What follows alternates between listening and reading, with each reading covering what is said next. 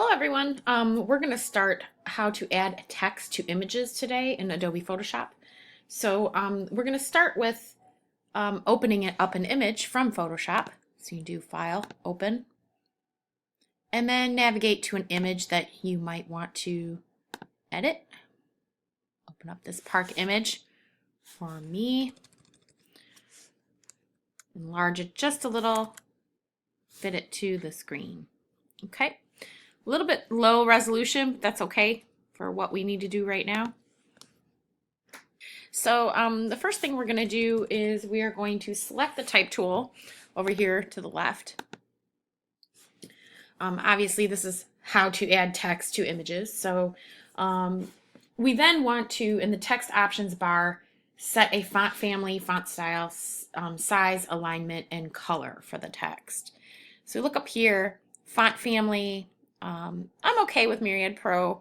Let's make sure it's bold. And then the size, we can do 36 point. That should do for right now. The alignment, left justify is always good.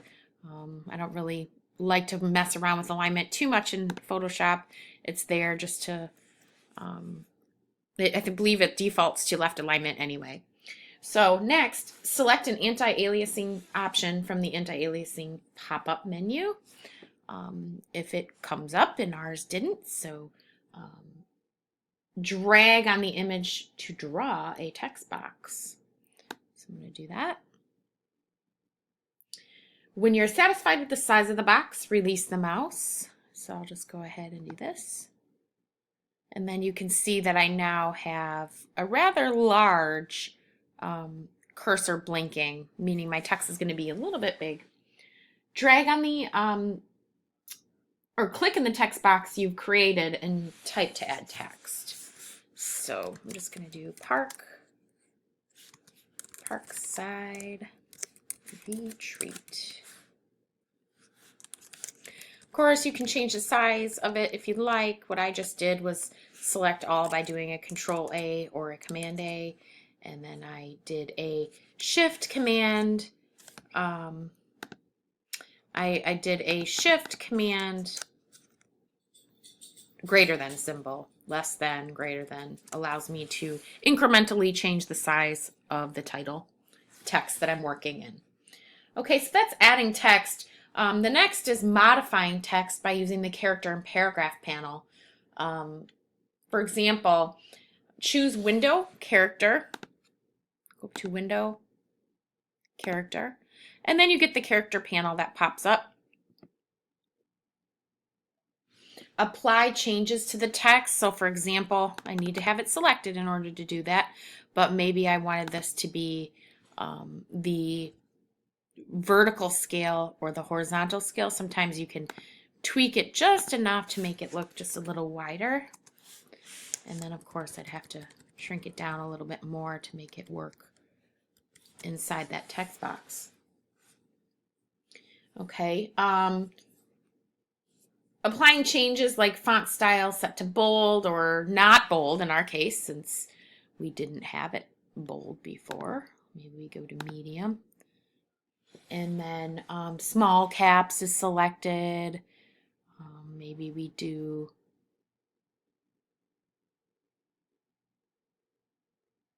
a faux bold, or we could do, any of these options that we have down here, which are nice. We even have these little glyphs, which I find to be very nice as well. A nice little addition. Glyphs provide some additional terminal connections between the characters.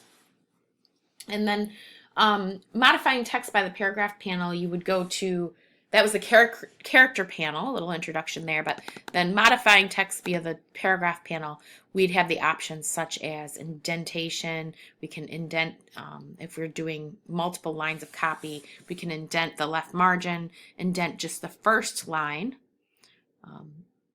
Add a space before paragraph if you're doing paragraphs and you don't want to indent before the paragraphs, because it's not required in a lot of advertising copy or design to sell product, maybe their ads or other forms of media. It's not always required that you indent as you would in a novel.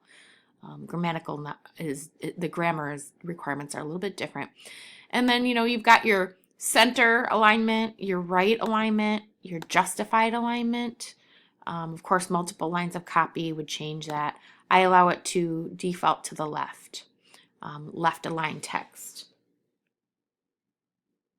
Okay, so transforming a text box is next. So one of the things you can do is go to your Move tool, similar to the Selection tool. Choose Windows Layers. Let's see. We've got our layers, and confirm the text layer is selected. And we had it open, so now it closed. So it looks like this as it pops up. And yes, that text layer is selected. Layers is a panel that you will use quite often, frequently in Photoshop. Next thing we're going to do is choose Edit Free Transform. There you go. Drag a transform control to change the shape of the text box. And you can see the different ways that you can change the text. You can do it by stretching, which would be very ineffective if you were doing something like this. It would be hard to read, so you'd really want to be careful that you were doing it proportionately, or you were doing it for a specific reason that would be design related. Move the pointer over a corner of the text box until the pointer changes into a rotation tool. It's another thing you can do. There you go. Is change it off to a diagonal, reading diagonally, and then drag the rotation tool to rotate the box like we did. Choose the type tool in the tools panel. Go back to the type tool. A message appears asking if you want to apply the transformation. And for example, I don't want to apply this time, but if you did, you could just say apply. Say don't apply.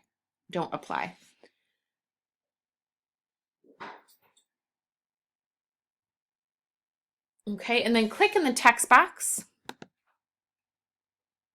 Observe what the text remains editable even while rotated. So we'll do that again. If we want to rotate it, go to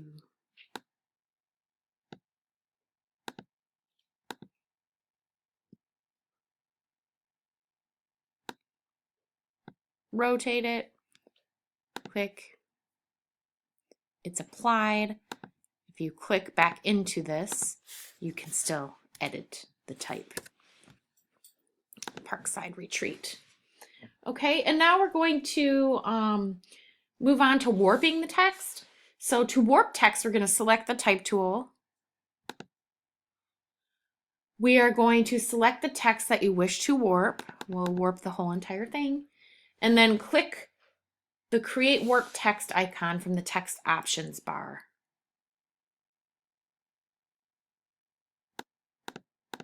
Okay, so that's up here at the top at the control panel. It is Create Warp Text. The Warp Text dialog box appears. And then we have some options like select a style, such as wave, arc, lower arc, upper arc, bulge. We'll do wave. Choose horizontal or vertical to determine the direction for the warp. We've got it horizontal, and of course you can switch to vertical. It looks much better horizontal. We can read it at least. And then select a degree of bend for the warp. Maybe it's to the extreme. And then change the horizontal distortion and vertical distortion. So you can kind of play around with that. Messes with the perspective a little bit too.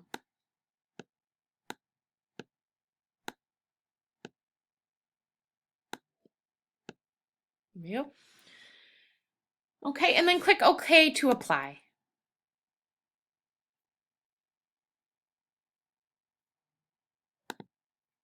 There we go. Barely read it. All right, and so modifying text by using layer styles is another thing that you're going to want to really become familiar with as you're progressing in Photoshop. And so that's going to be the next thing we focus on in the next video.